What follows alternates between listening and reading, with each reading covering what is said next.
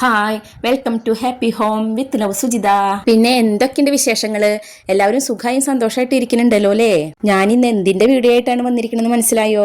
എന്താ സംഭവം എന്ന് ഞാൻ പറയാട്ടാ. ഇന്ന് കുറച്ച് വഴുതനങ്ങ കിട്ടിയപ്പോൾ അതൊന്ന് ഫ്രൈ ചെയ്ത് നോക്കിയിട്ടുണ്ടായിരുന്നേ. കഴിച്ചു നോക്കിയപ്പോൾ നല്ല ടേസ്റ്റ്. അപ്പൊ അത് എങ്ങനെ ഉണ്ടാക്കിയെന്നുള്ളത് ഞാൻ നിങ്ങളെയും കൂടി ഒന്ന് കാണിക്കാന്ന് വെച്ചിട്ടാണ് ഈ വീഡിയോ ചെയ്യുന്നത്. അപ്പൊ നമുക്ക് ഉണ്ടാക്കി തുടങ്ങിയാലോ? ആദ്യം വഴുതന നന്നായി കഴുകി കനം കുറച്ച് വട്ടത്തിലരിയാം. അധികം വലിപ്പമില്ലാത്ത 4 ചെറിയ വഴുതനങ്ങകളായിരുന്നു ഉണ്ടായിരുന്നത് കേട്ടാ. ഇനി ഇതെല്ലാം കൂടി ഒരു പാത്രത്തിലേക്ക് ഇട്ട് വെക്കാം ട്ടാ. ഇനി ഇതിലേക്ക് കുറച്ച് മസാലകൾ അരച്ച് ചേർക്കാനുണ്ട്. അത് എന്തൊക്കെയാന്ന് നോക്കാം. ഒരു 5-10 അല്ലി വെളുത്തുള്ളിയും ഒരു കഷ്ണം ഇഞ്ചി കഷ്ണങ്ങളാക്കി ഇത് മിക്സിയുടെ ജാറിലേക്ക് ഇട്ട് കൊടുത്തിട്ടുണ്ട്. 1/2 ടീസ്പൂൺ പെരിഞ്ചീരകവും 1 ടീസ്പൂൺ കുരുമുളകും 1 ടീസ്പൂൺ മുളക് പൊടിയും കൂടി ചേർത്തിട്ടുണ്ട്. പിന്നെ കുറച്ച് വേപ്പിലും കൂടി ചേർത്ത് കൊടുക്കാം. വേപ്പിലില്ലാണ്ട് എന്ത് മസാല കൂട്ടല്ലേ.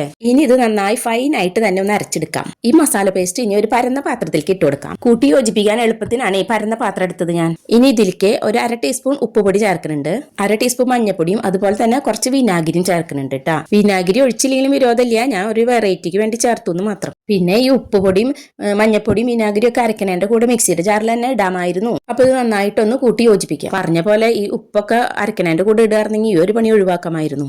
ഇനി നമുക്ക് അരിഞ്ഞു വെച്ച വഴുതനങ്ങ ഇതിലേക്ക് ഇട്ട് കൊടുക്കാം. ഇനിയാണ് ഇതെല്ലാം കൂടി നന്നായി ഒന്ന് കൂട്ടി യോജിപ്പിക്കേണ്ടത്. എല്ലാ വഴുതന കഷ്ണത്തുമ്പോഴും ഈ മസാല പേസ്റ്റ് പുരണ്ട് വരണ വരെ ഒന്ന് കൂട്ടി യോജിപ്പിക്കണം. അപ്പൊ ഇതുപോലെ നന്നായി ഒന്ന് മിക്സ് ചെയ്ത് കഴിഞ്ഞാൽ എല്ലാ വഴുതന പീസിലും മസാല പുരണ്ടിട്ടുണ്ടോന്ന് ഒന്നും കൂടി ഉറപ്പ് വരുത്താം. ഇല്ലാത്തേമേലേക്ക് ഒന്നും കൂടെ തേച്ച് കൊടുക്കുകയും ചെയ്യാം. ഒരുവിധമൊക്കെ കനം കുറഞ്ഞിട്ടൊക്കെയാണ് ഞാൻ അരിഞ്ഞിരിക്കുന്നത്. ചിലത് കുറച്ച് കനം കൂടിയിട്ടുണ്ട്.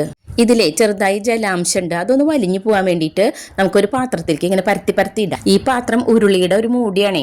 ഇതല്ലെങ്കിൽ പരന്ന ട്രേയോ പ്ലേറ്റോ ഏതിലെങ്കിലും ഒന്ന് പരത്തി വെച്ചാൽ മതി. 1/2 മണിക്കൂർ നേരം ഒന്ന് വെള്ളം വലിയാൻ വെച്ചാൽ മതി. നല്ല വെയിലത്ത് വെക്കുകയാണെങ്കിൽ ഒരു 10 മിനിറ്റ് നേരം വെച്ചാൽ മതി. ഞാൻ വെയിലത്ത് വെക്കുകയാണ് ചെയ്തത്.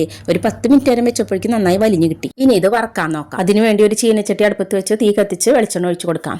വഴുതനങ്ങയിലെ വെള്ളം നന്നായി വലിഞ്ഞ കാരണം കുറച്ച് വെളിച്ചെണ്ണ മതിയാവും ഇത് വറുത്തെടുക്കാൻ. വെളിച്ചെണ്ണ നന്നായി ചൂടായ വഴുതന പീസ് ഓരോന്നായി ഇട്ട് കൊടുക്കാം. വെളിച്ചെണ്ണ കുറച്ച് ഒഴിച്ചുള്ളൂ വെച്ചാലും വഴുതന പീസ് കുറെ ഇട്ട് കൊടുക്കാൻ പറ്റുന്നുണ്ട്. ഇനി ഇത് ഇതിൽ കിടന്ന് നന്നായി ഒന്ന് ഫ്രൈ ആയി വരണ വരെ നമുക്ക് വെയിറ്റ് ചെയ്യാം. ഇത് മൂക്കും തോറും നല്ല മണം വരുന്നുണ്ടായിരുന്നു. ഈ വെളിച്ചെണ്ണയും ഈ മസാലയും ഒക്കെ മൂക്കണ ഒരു സ്മെല്ലുണ്ടല്ലോ, ആ സ്മെല്ല് നല്ല സ്മെല്ലായിരുന്നു. ഇനി ഇതൊന്ന് തിരിച്ചും മറിച്ചും ഒക്കെ ഇട്ട് ഒന്ന് പാകാക്കാം. ഇത് തിരിച്ചു മറിച്ചിടുമ്പോ അതൊന്ന് ഉടഞ്ഞു പോവുകയോ അല്ലെങ്കിൽ മസാലകൾ അതിന്ന് വിട്ടുപോയി അടർന്നു പോവുകയോ ഒന്നും ചെയ്യണില്ല കേട്ടോ. ഇത് വെയിലത്ത് വെച്ച് വലിയിച്ച കാരണം തോന്നുന്നു പൊട്ടാണ്ട് നന്നായി കിട്ടിയത്. വെയിലത്ത് വെച്ചൊന്ന് വെള്ളം വലിയിക്കാൻ പറഞ്ഞു തന്നത് ചേട്ടനാട്ടാ. ഇതിപ്പോ നന്നായി ഫ്രൈ ആയിട്ടുണ്ട്.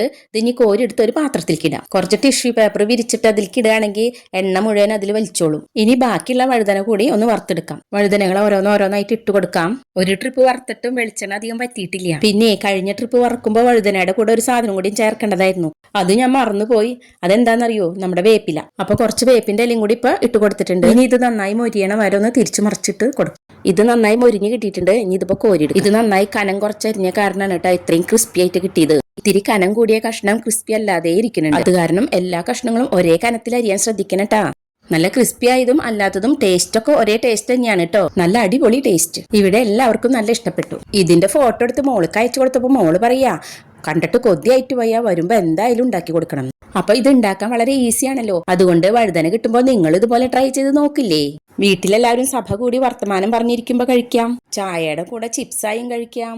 എല്ലാത്തിലും ഉപരി നമ്മുടെ ചോറിന്റെ കൂടെ ഒരു ഫ്രൈ ആയിട്ടും വെക്കാം. അപ്പോൾ ഇതെല്ലാവരും ഉണ്ടാക്കി കഴിച്ച് അഭിപ്രായം പറയണേ, ഷെയർ ചെയ്യണേ, ലൈക്ക് ചെയ്യണേ. അപ്പൊ അടുത്ത വീഡിയോയിൽ കാണുന്നവരെ ബൈ.